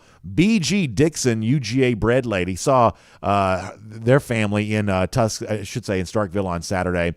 That was fun to see. And she also shared this really cool big rig here with the DawgNation name, the Georgia G. That's one of the coolest big rigs you're ever going to see right there. Great to see them. We had so much fun with so many dog fans in Starkville, including B.G. Dixon, the family there. That was awesome. Such a great experience. Really fun to see all that. Do we have another golden shoe? I believe we have one more there as well. Chris, who's GoDogs8419 on Twitter, also laughing about Mo Nix. Oregon lost on Saturday to Washington. Chris saying, hey, BA, after Saturday, I'm left with one lingering question. Does Bo Nix still think Oregon would beat UGA in a rematch? Chris, that's a very funny question, a very, very funny thing to notice here, because Bo Nix at one point in time was talking about that. But after losing again to Washington, it certainly appears that possible rematch with Georgia is never coming. So you can add that to the list of things that Bo Nix has been wrong about over the course of his college career. Lots of funny golden shoes. Congrats to all of you, and we appreciate that. And we'll remind you that, speaking of old school, something we've been doing for a long time now, the Gator Hater Countdown, 348 days from now, Georgia back in Jacksonville, beating up on Florida again. Hopefully the weather will be much warmer there than it has been the last few days. But nonetheless, that's our Gator Hater Countdown. Go for 2 in 22. We'll see you tomorrow at DawgNation Daily, presented by Pella Window and Door of Georgia. And on video, time now for the R.S. Andrews Cool Down. R.S. Andrews, when you turn to for your air conditioning, heating, plumbing, and electric needs. They show up on time. They do the work that's promised for the price that's promised. That is what R.S. Andrews is all about. All right, we'll get your comments here after what turned out to be kind of a long show. It seemed like we were kind of trending in a better direction there for a minute, but boy, it got long quick at the end, didn't it? So, Michael says it was worth it. That's good to know. Michael's contractually obligated to tell me that. Hey, it was worth it. It was good. You did great. So my ego can't tolerate anything less than that. So, Michael, I appreciate that. Thank you. Yeah, that's me on Saturday. I'm telling you, it was freezing. Like, I couldn't talk. It was so cold. And what's really embarrassing is my hands got really numb because it's hard to, like, have gloves on and, like, manipulate your phone and do stuff like that. So my hands got really numb. I couldn't unpack the equipment. Like, I couldn't get the tripod to collapse because I couldn't, like, move my fingers enough to do it. It was really strange. It was almost like I don't know. It was a very, very odd day, but nonetheless, happy to be back now in the climate-controlled confines of our DawgNation World Headquarters studios. All of that is really good. Bill Sanders, Miriam Corbin talking about Josh Heupel throwing the ball so much against Missouri. Yeah, if that's a way of, like, getting revenge because you didn't like what Eli Drinkwitz said in the summer, then I guess, all is fair in love in the SEC when it comes to that. But if that's a way of impressing the College Football Playoff Selection Committee, I honestly don't think it's going to work because, I mean, they've already said they thought that they lost decisively to Georgia, but the bigger issue is going to be the fact that right now TCU's not losing. And, I mean, the biggest secret in the world, the worst-kept secret, I guess said better, is that the committee does not want TCU in the playoff. TCU is a very small school, Fort Worth, Texas. Big 12 is a Power 5 league, but TCU is a little tiny private school, almost no national following, really not much local following in its own market either. They don't want TCU in the playoff. If they can find a way to exclude TCU from the playoff for almost any team, they would obviously much rather do that. It happened in 2014. We saw that with both Baylor and TCU back in 2014. We've already seen this before in the playoff era. But they put them fourth this past week. And if they win their conference championship, because remember, that is supposed to be an additional data point in favor of a certain team. So if you're like, that's how Ohio State jumped ahead of both Baylor and TCU in 2014. All of a sudden now they're Big Ten champions, and the committee says that means something to us, even though they just really wanted to put the Buckeyes in. At least I believe that. But they used it as their argument. Hey, they're the conference champion. Now that means something. The committee also will argue from year to year whatever it wants to argue to get the 4 that it wants to get. We know that too. But they have said in their criteria list, winning a conference championship is something that means something in the evaluation of a team. So if Tennessee, which can't be a conference champion, is now behind TCU, which can be a conference champion, even if Tennessee's winning by 100 points in these games, I just don't see how it could move ahead of TCU if there's going to be any logical consistency to the arguments that the committee's made over the years. Now, your response may be, well, BA, who says there has to be any logical consistency? And that may be ultimately what it is. But it would be pretty brazen to rank Tennessee behind TCU the entire time, have TCU win the Big 12, and then have Tennessee move ahead of TCU in the final rankings. I think that TCU winning against Texas is a pretty big problem for Tennessee, I would believe. Right now you're looking at a very strong case for a one-loss Pac-12 team to be a part of this, a very strong case for an undefeated Big 12 team to be a part of this, because if TCU is undefeated, I don't believe they're going to get excluded. Even if they're not very wanted in this playoff by the key decision makers, I just don't think they're going to exclude them if they're undefeated. That would be too much political trouble. There'd be too much complaining from like other university presidents, decision makers of, is this whole thing a scam if an undefeated Power 5 conference champion can't make the playoff? There would be some probably very stern arguments being made about that. And you're left to wonder, well, what does that mean for the ACC? North Carolina did win again on Saturday. There's a chance that you could have actually two relatively highly ranked ACC teams playing in the conference title game between Clemson and North Carolina. Is the ACC now back more in this again because both Clemson and UNC won again? Can the loss that Clemson suffered, as embarrassing as it was to Notre Dame, can that be overcome and forgotten? It's some of this is still a little bit uncertain, but it was not a good day for Tennessee, I don't believe. Barry Davis says college football playoff will not allow three SEC teams in the playoff. I agree. I agree with that, but I think that Tennessee's argument here would be, well, we're not worried about three teams making it. We're worried about two teams making it. And I think Tennessee would say, even if LSU is the SEC champion, let's say that LSU pulled the upset against Georgia, and Georgia's 12-1, SEC runner-up, and Tennessee is 11-1, and LSU is 11-2, an SEC champion. So at that point, it might be that Tennessee gets into the playoff because they can say, we went to LSU and beat them bad. Like, even if LSU is the conference champion, they would have had two losses, and they would have lost badly to Tennessee. At that point, if I'm a Tennessee fan, I'm probably arguing pretty heavy for the head-to-head decision there. And if I'm a Georgia fan, I'm probably arguing pretty heavily for the fact that, okay, we had a bad day, but this is a team that has been the best team in the country over the course of the entirety of the year, and Georgia would still be playoff worthy even if it lost the SEC championship. And so for the first time in playoff history, you would have an SEC champion not make the playoff. But we've seen, a Big Ten conference champion not make the playoff before. That happened in, 2016 with Penn State when they didn't make it. Ohio State made it in place of them. So there's some precedent for the conference champion not making the playoff from one of these power leagues. There's never been a two-loss team make the playoff. So from that standpoint, excluding LSU would actually be in keeping with what has kind of typically gone on there. Miriam Corbin says we're going to be having a tailgate before the SEC championship game. Miriam, you never know. You never know. But we could and should be announcing some stuff here coming up very soon for that. And by very soon, I mean like tomorrow maybe. Certainly within the next couple of days. Let's see what else. Gary Holt also talking about the turnovers. Ulysses Dunning's on that too. Yeah, there definitely been some turnovers. You definitely got to watch out for that. There's been too much of that.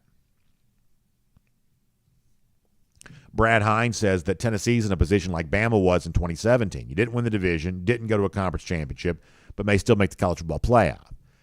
That is what Alabama did in 2017, but that was also an Alabama team that had won the national championship in 2015, had won the national championship in 2011 and 2012, had been in the playoff in 2014.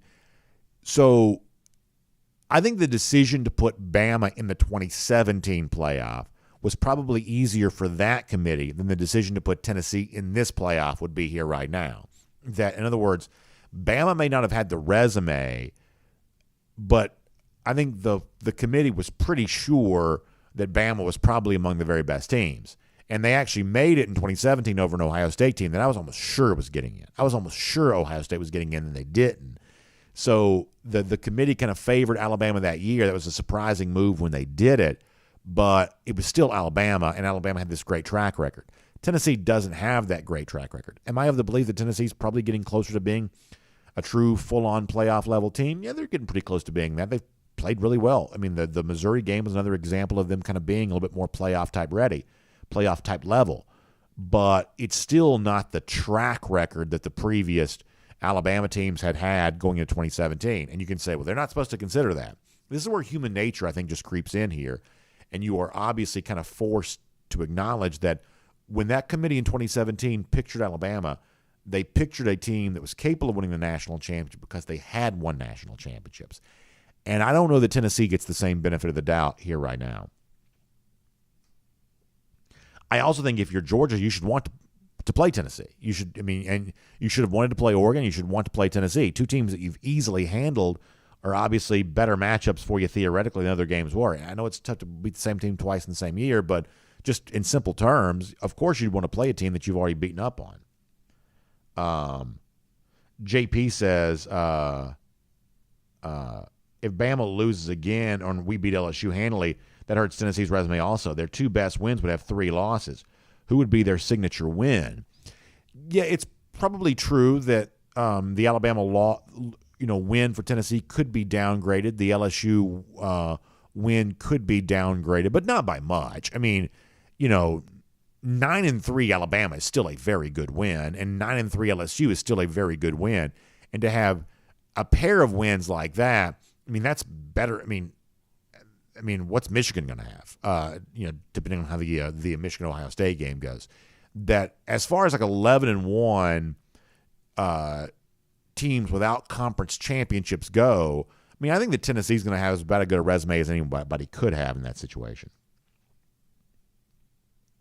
Bob Zamblin says we need to get everybody back healthy for the upcoming run and hopefully get A.D. Mitchell back. Yeah, hoping for some good news on Mitchell. We'll have a Kirby Smart press conference coming up about a half an hour from now, but hope to hear some good news from A.D. Mitchell on that for sure.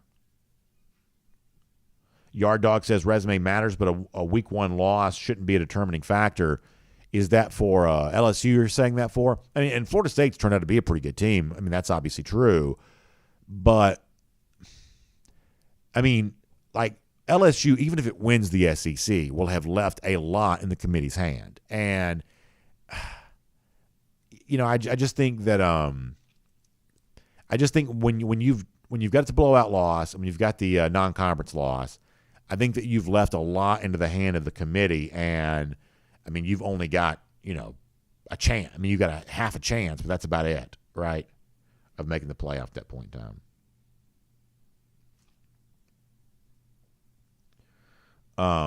Basil says, I think Jimbo's walking a line so he doesn't get fired with cause. The best thing he could do is go 4-8 and get fired next year. Yeah, I mean, we also just kind of see that, off seasons in the SEC matter now. And the ability to kind of generate the right kind of buzz in the off season matters. And that's what Texas A&M was last year. They were the buzz team. We talked about this in the show, that it seemed like something was wrong with Georgia because Georgia wasn't generating the buzz, the way that Alabama was with all these transfers, the way that A&M was with all its NIL money. Well, look around now. Where's the, how's that buzz kind of worked out for you? But to a certain extent, buzz does kind of matter. And now A&M doesn't even have that anymore.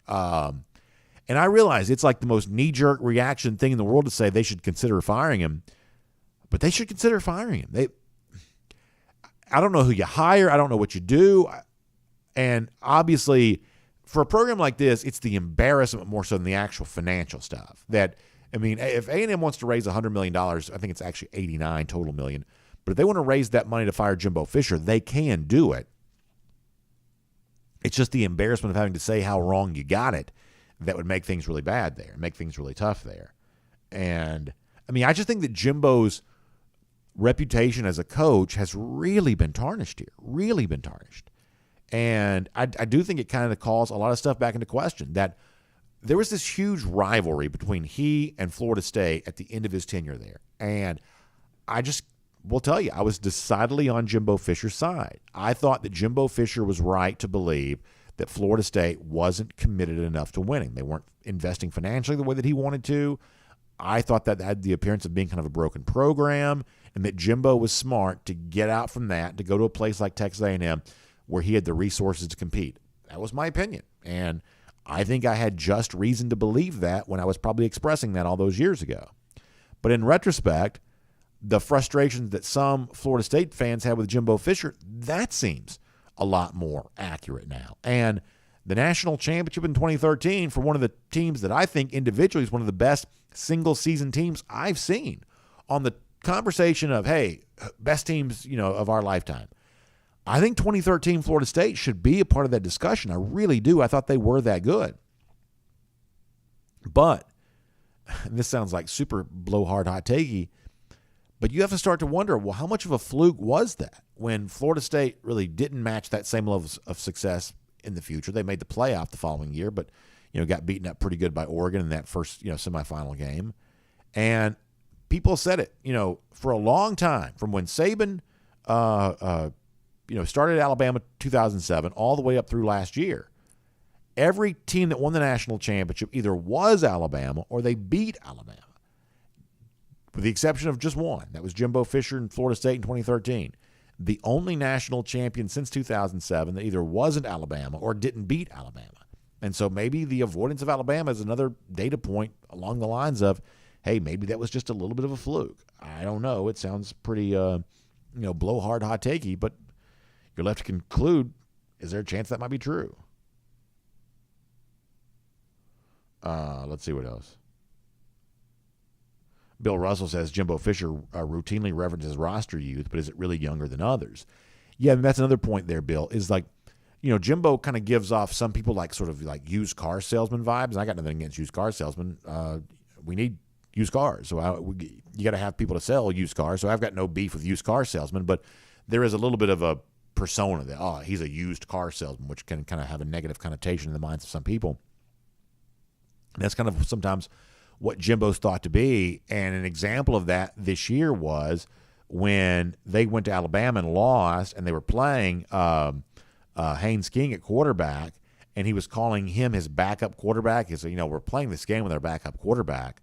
But that's a very sort of used carsman salesman thing to say, because he had actually pegged King as a starter, as many of you know, and after he had been ineffective as a player, then he was benched and replaced by Max Johnson.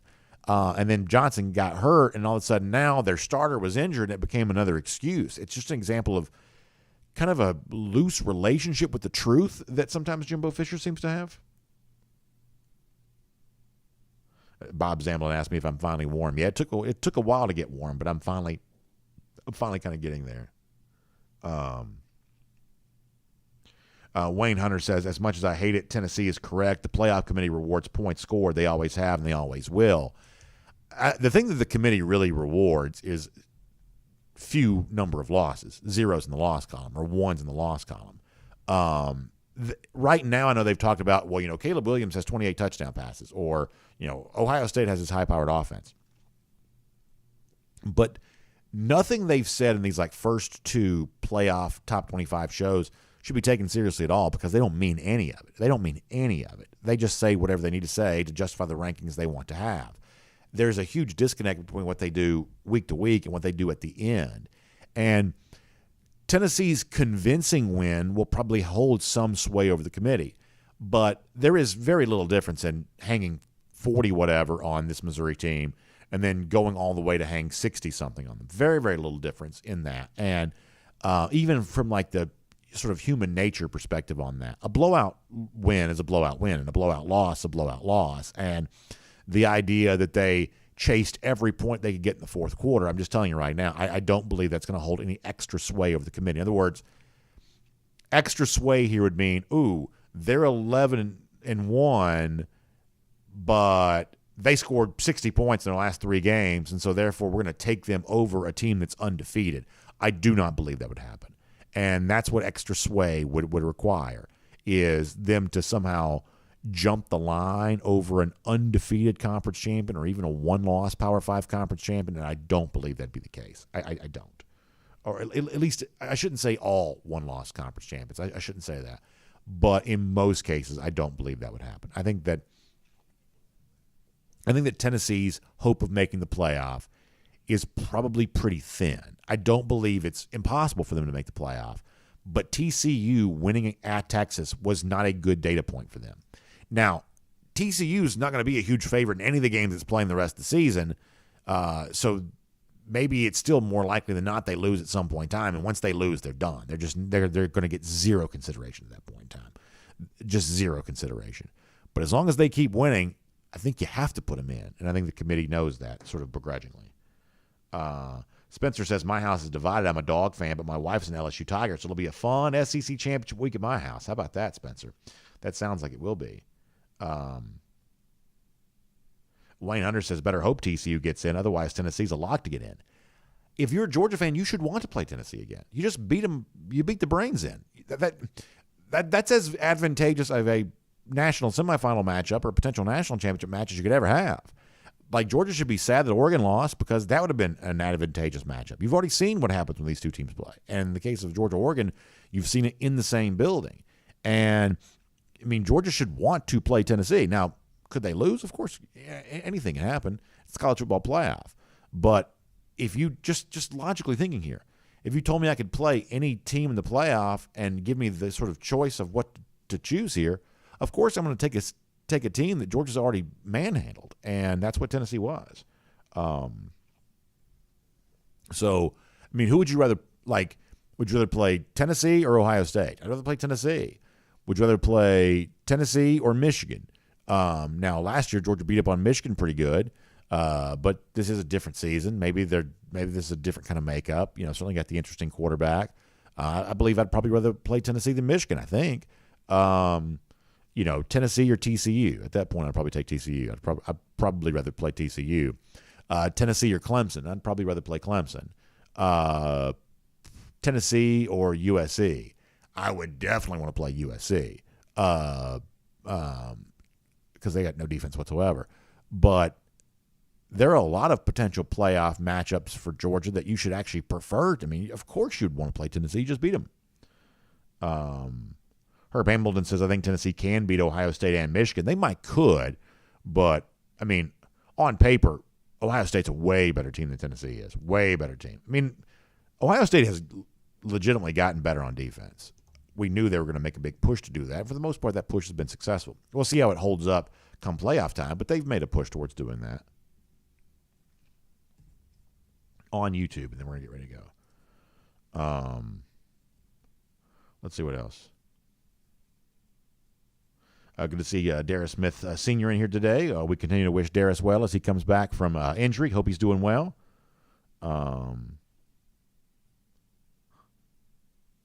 Foster Moss says, play that soundbite of that Kentucky coach talking about, that's right. That's right. What is that guy's name? What is that dude's name? Yeah, you're right. He did talk about how cold it was going to be. We got to bring that back. Vince Marrow, that's his name. Vince Marrow, Kentucky assistant, was talking about how cold it's going to be. We got to bring that back. Very good point. Very good point. Scott Pete says, hey, what about if Michigan beats Ohio State? It's Georgia versus Ohio State and TCU versus Michigan. Yeah, listen, there is a very real chance that Georgia plays Ohio State, who I do believe is the second best team in the country. There's a very real chance that Georgia plays them in the semifinal and not the national championship. All the more reason you want that game in Atlanta. All the more reason. Georgia-Ohio State in Atlanta is a very different game than Georgia-Ohio State in Arizona, I believe. If it's in Arizona, there'll be huge numbers of both fan bases. And in Atlanta, it's going to be an auction. Those tickets are going to be $2 million because there's a ton of Ohio State fans that live in Atlanta.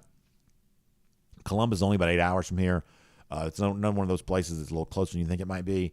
Ohio State fans will be trying to come to Atlanta, and obviously that's a huge, huge fan base. I'm just telling you right now, that's going to be a battle of the wallets for those tickets for that game in Atlanta, but it'll obviously be won by Georgia for obvious reasons. But Georgia-Ohio State in Atlanta is a very different game than Georgia-Ohio State in Glendale.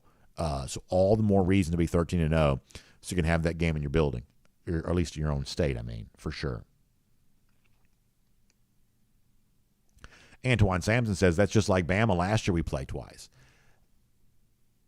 Of course that's the case, that you can that it can be hard to beat the same team twice, but it doesn't always have to be that way. I mean, like sometimes I think we have a tendency to kind of overthink things a little bit, that somehow you wouldn't want to play a team that you are like. What about the Tennessee game that you saw would make you think, gosh, these two teams played again, this may be completely different? I'm just not quite sure would that be the case. Now, in the case of Georgia-Alabama a year ago, that was the 13th game. We'd seen, both of those teams play for 12 games prior to that. And, that one game for Georgia was way different than any other game had been.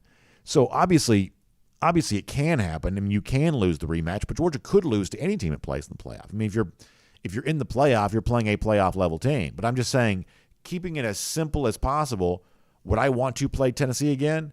Of course I'd want to play Tennessee again because I just saw what Georgia looks like when it plays Tennessee. Now, Johnny Vol is going to say, well, that game was in Athens. What's going to happen when we get, in a neutral site? Well, find out, as the kids say, around and find out. Because I think I know how it's going to happen. Let's see what else.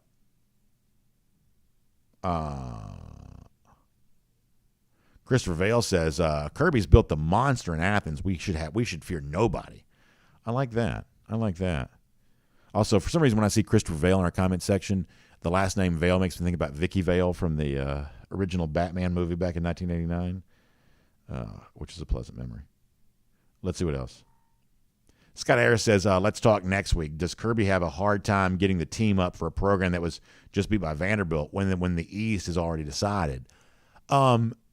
I really think that Georgia is wired differently than that. Now, I hope that's the case. I hope it's the case. I think that Georgia's really wired different than that. Because I'll tell you what, one of the things I was worried about for Saturday is a lot of these guys have never seen cold weather. I mean, like, I was joking about this in our Kroger kickoff. Like, you think Kenny McIntosh has ever played a cold weather game before growing up in South Florida, or like Darnell Washington in Nevada, or, on and on you go about, a lot of these guys have never seen, cold weather for a football game. And so I was like, kind of worried, how do they respond to this? Because you can't really prepare for it. If it's going to rain, you can dip the footballs in water and you can play with wet footballs. You can prepare for rain. You can prepare for heat. You just go outside and practice in the summertime. But you can't really prepare for cold weather. And, a lot of NFL guys have told me that it's hard in cold weather. Now, in the NFL, in northern cities later in the year, it gets even colder, so that when a cold weather NFL game, typically speaking, is a far different animal than a cold weather in college football season. For instance, what Georgia endured on Saturday isn't really cold weather by NFL standards, to be fair. But a lot of NFL people have told me it's not easy to play in cold weather. It's not. And for a lot of these Georgia players, this was colder than they were used to. But the best I could tell, they didn't show any ill effects of this whatsoever. Body language is always a big deal to me in cold weather. And I talked about this in our Kroger kickoff. Coming onto into the stadium, you didn't see a lot of shivering dogs. You didn't see a lot of heavy coats. You didn't see extra layers. These guys just walking, just kind of walking there and doing their thing. They didn't seem to be visually all that bothered by it. That somehow mentally they were ahead of whatever they were dealing with physically, which is probably a pretty good sign. So Georgia technically sort of has nothing to play for on Saturday. But this team seems to be kind of more intrinsically motivated, and so I think that they'll probably, at least I'm assuming, they'll probably be fine. But if you want that game in Atlanta in the college football playoff, you better beat Kentucky to get there. So that's kind of what we kind of sort of circle back to from last week of, hey, you got a chance to have a 13-0 team playing a playoff game in its own state, in a stadium it plays in all the time. That's your motivation for beating Kentucky. That's your motivation for beating Georgia Tech. And by the way, with maybe your playoff status already assured, that may be your motivation for beating LSU too. Now, this team's also said it wants to win the SEC championship, but still. So kind of a long answer to a short question, but I think this team just has a little bit different kind of wiring on this right now. By the way, Chris Doering was also one of these that had Kentucky beating Georgia. He had Kentucky going 11-1. And in actuality, Kentucky's like a 22-point underdog on Saturday. That is not a good look for Doering. And we like Doering, okay, but that is not a good look for him, for sure. Uncle Sam says a controversy is going to ensue after the playoff expansion. The media is always looking for a controversy to hype, no matter how relevant. Yeah, so when the playoff expands, we'll still be doing debates about who's in and who's not. We'll just be doing it at kind of a different place. Like, for instance, a lot of people have said, well, if it's a 12-team playoff, the Georgia-Tennessee game from a couple of weeks ago doesn't mean nearly as much. And that's true. I think that's true. And I would say that's negative because that game was really special. And to make that game less significant seems like a bad thing. But countering that, there are other games in a lot of other years that would mean a whole lot more. For instance, think about 2019. Think about when Texas A&M came here in November. Like, that game would actually be far bigger because, Georgia could lose to A&M. That's kind of a big-name opponent. And yet, in an expanded playoff, Georgia has a chance to make that playoff, and obviously probably would have in 2019, and maybe would have in 2020, and certainly would have in 2018. But the point is that while in a playoff year, some of the wins that you get that make you a playoff team will now be lessened. If it's a 12-team playoff, you would have already been in the playoff probably. In some of those years like 18 and 19, or maybe even 2020, when you were close to being in the playoff but didn't quite make it, games in that year would all of a sudden take on a huge level of importance. So it's kind of one of those things where it's too early to say if it's going to be good or it's going to be bad. We just know it's going to be different. But some things will be better different, and some things may be worse different, but it's definitely going to be different. All right, a couple of more here. Michael Eagle C. on the idea of Georgia having one of its former players as coach. That has certainly proven to be valuable, and we'll see if Auburn goes down the same path with Cadillac Williams here. Tyson Keever says the committee hates a rematch. UGA was so dominant last year they had no choice. Won't be the same this year. I think that's probably true, is that they would like to avoid that if possible, and when it's a Georgia-Alabama, you can't really avoid that last year. But when it comes to Georgia-Tennessee, could you avoid that? You probably could. Look, the people that run college football exclusively as a business, they do not want this to be a regional sport. No matter how regional it actually is, they do not want this to be a regional sport. And people in Chicago don't want to watch Georgia-Tennessee in the playoff, even if it's two of the four best teams. And obviously the Georgia-Tennessee game got 8 million, it got 13 million views. Sometimes I use these numbers as exaggerated claims, and they're not actually exaggerated enough. Like there's 13, 14 million people that watch the Georgia-Tennessee game, so it obviously got huge ratings, the highest rated game of the season here thus far. But in the playoff, people in New York, LA, Chicago, those places outside of kind of our sort of SEC country bubble here, they don't want to see that game again. And so if the committee can give them something different, they want to. I think you're right about that. All right, a couple more. We got to get ready to go. Oh, gosh, it's crazy late. Spike Squad BC says, cowbell thoughts now. Spike Squad, were you the one that says they weren't that loud? Because honestly, I got to tell you something. I think you're kind of right about this. If it was you that said that, I want to make sure I give proper credit to this. Because I actually mentioned this to somebody in the press box, is that somebody had said on here that having gone to a bunch of games up there, and I believe it was you that said this, that it's actually not as loud. And there's no doubt that's true. Now, this game, there was never that moment to be like really, really loud for Mississippi State fans where you have the cheering and the cowbells going at the same time. You never quite got that true pandemonium level moment. But generally speaking, the cowbells as a replacement for like just noise made by yelling, it was not as loud. It was easier to ignore. It was a different sound. It was a very tinny, different kind of sound than you're used to hearing in a stadium, but actually not quite being as loud as I thought it would be. I think that's probably true. Now, I don't know that I would have wanted to sit by a bunch of people ringing cowbells the whole time. That might be loud, and that might be a little annoying. But in terms of the actual atmosphere in stadium, it was not what I expected to be. You called it, and you're absolutely right. I think you're absolutely right. Chase White says they weren't loud, but they were irritating. That's probably about the right way to say it. There were also some Georgia fans that had cowbells, too. It's like when in Rome, and there were a few folks that even had like Georgia-branded cowbells, and they're ringing them, which was kind of funny. Cassie Turner about the game times for Thanksgiving weekend. That comes out today. And if I don't shut up, it's going to be out before we finish the show. But it should be early afternoon. We get a little bit of an update on the game time for Georgia and Georgia Tech. All right, we've got to go. Gosh, it's the latest show we've done. All right, have a good day. AJC online, AJC.com. Obviously, Senate rematch and not rematch, runoff is the right way to say that. Runoff for the Senate. You got that online, AJC.com. Hawks, Braves, offseason, Falcons picking up the pieces after an embarrassing loss on Thursday. All of that on the table. So check that out, AJC.com. Also, our friends at RS Andrews who make the RS Andrews cool down possible. Find them online at rsandrews.com for your air conditioning, heating, plumbing, and electric needs. They show up on time. They do the work that's promised. The price is promised. Check out RS Andrews today. Y'all have a great day. We'll see you tomorrow. DawgNation Daily, presented by Pella Window and Door of Georgia. We'll look forward to talking to you then.